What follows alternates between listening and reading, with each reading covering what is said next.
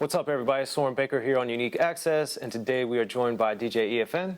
Thank you for coming through, sir. Thank you for having me. Yeah, man. So I've known EFN for a long time. I actually got to know him and meet him in different ways, but mainly my first real introduction to you to get to interacting with you per se was when you were managing Mayday or working with Mayday. Yeah, you supported Mayday a lot. Thank you for that. Appreciate it. Yeah, Mayday, man. Very talented group out of Miami, and did a lot with them over the years, and it's been nice seeing them, you know, grow from being independent and then getting with Strange and becoming successful and touring the country and all over the place. So you've done so much in the game, but I wanted to start with Mayday because I was getting to know you personally and then understanding all these other things that you had going on before Drink Champs and before you became who everyone knows now. But I wanted to get into why and how is management important to what you do? Wow. To what I do in general? Yes. I mean, I just think that you have to have that person that's kind of away from the front of the camera or in front of the stage to kind of like be able to help navigate troubled waters and navigate this industry and the different personalities you meet, and you just need that like, I would say, like, what's the boat, the back of the boat that steers it? What's that called? Rudder? Yeah, to me the manager is like the rudder. Okay. Of whatever, you know, of a group or of a movement or whatever. I feel that that's important, and it keeps you kind of like grounded, and it keeps the artist being able to just be artists and not have to worry about certain things. Even though I feel that in today's age, an artist needs to be well-rounded and know everything. They should understand the job of the manager and be able to manage themselves if they have to. Right. But the manager is key to allowing the artist have the freedom to do their art. And then with that, yourself now being, because of Drink Champs and because of your coming home and these different things that you work on, what have you learned from being part of a management team to now being more in front of the camera yourself? Right. How do you think that experience has helped you get to where you are and where you're going?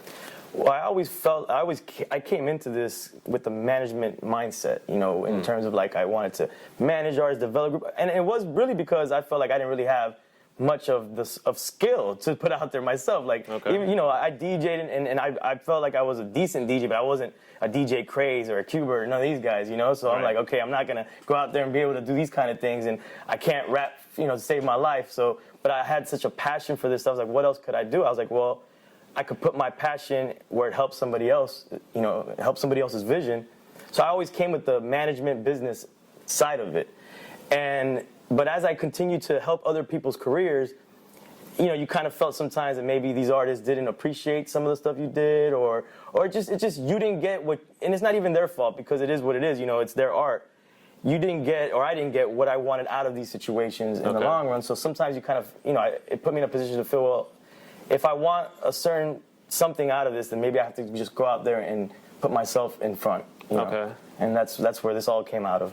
And did you feel, because I've had this experience when I've tried to help different artists, but did it ever happen where you felt like you wanted it more than the artist wanted it? Oh, absolutely. Yeah, that's happened a lot. So explain that to people, because for me, when I was trying to help guys, or when I help guys or whatever, I tell them a lot, like, look, if I'm going to help you, you have to want this more than I do, because I'm going to work hard or I'm going to try to do all this stuff for you, but I can't be the driving force of it if you're the artist. Right, and then there's also different eras of like the personalities that the artists had, or like attitudes they had towards what they had to do. Like there's the era where the artist is like, well, I'm just the artist, you know, and you do everything, and it's like, you know, we've had different eras where artists had different mentalities, and yeah, I've dealt with artists that just, you know, I'm like saying, like, I'm seeing the vision and I'm saying what, you know, what they need to do, the roadmap to their success, and they're just like, nah, I just go in the studio and that's it. It all just materializes, and I'm like, nah, you know, like, you know, you got to go out there and be your own street team. You got to be, you know, you got to be your best advocate for yourself out there. And you got to go out there and get in the trenches, and that was always my mind frame with everything. Like, I got to go in the trenches, and I also was a big, you know, proponent of paying dues. You know, because, you know, you learn through experience, and then experience is basically paying dues. Right. And then with the Coming Home series, where you focus on different countries and different movements and stuff, how and why did that come about?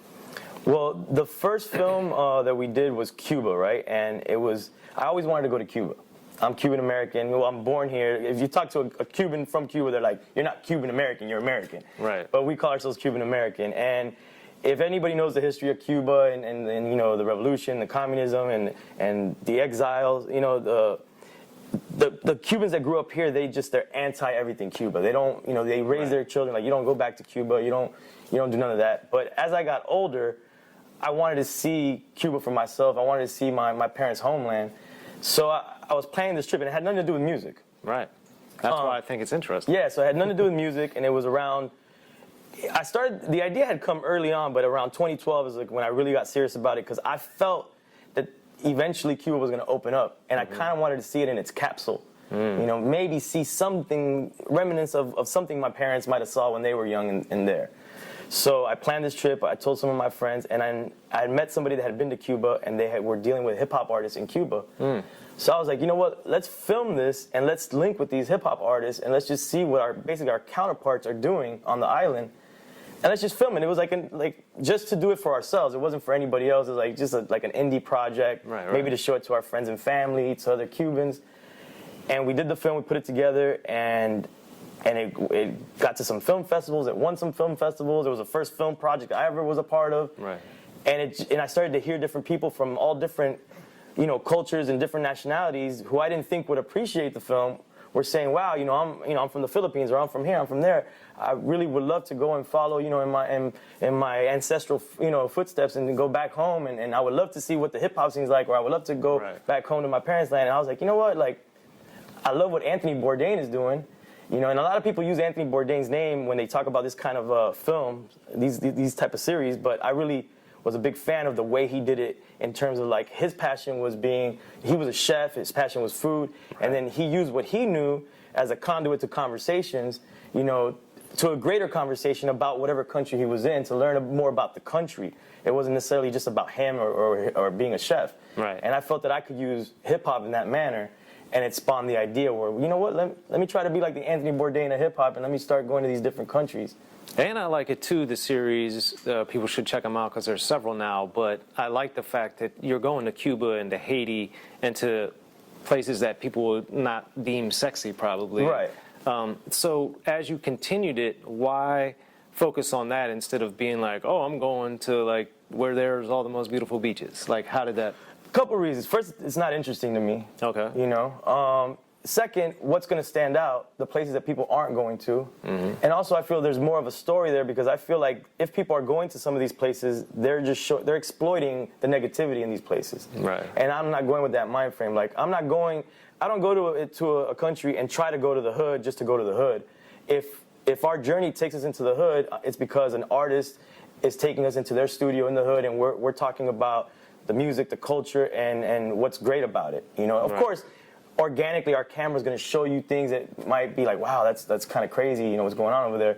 But that's not what we're there for, and that's really why. And also, there's something personal tied to each of these countries. Like Haiti, you know, we're from Miami, so we're Jamaicans, Cubans, Haitians, Colombians. So we have friends. So we're taking the same way I went to Cuba because of my, you know, ancestral background. I took a friend of mine who had never been to Haiti, who's Haitian, you know, and he went to Haiti, and we went to Peru, and we took my homie that's Peruvian, we went to Peru.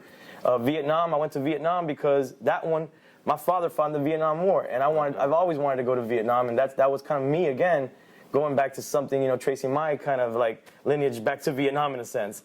And then that's basically why we're picking these different countries.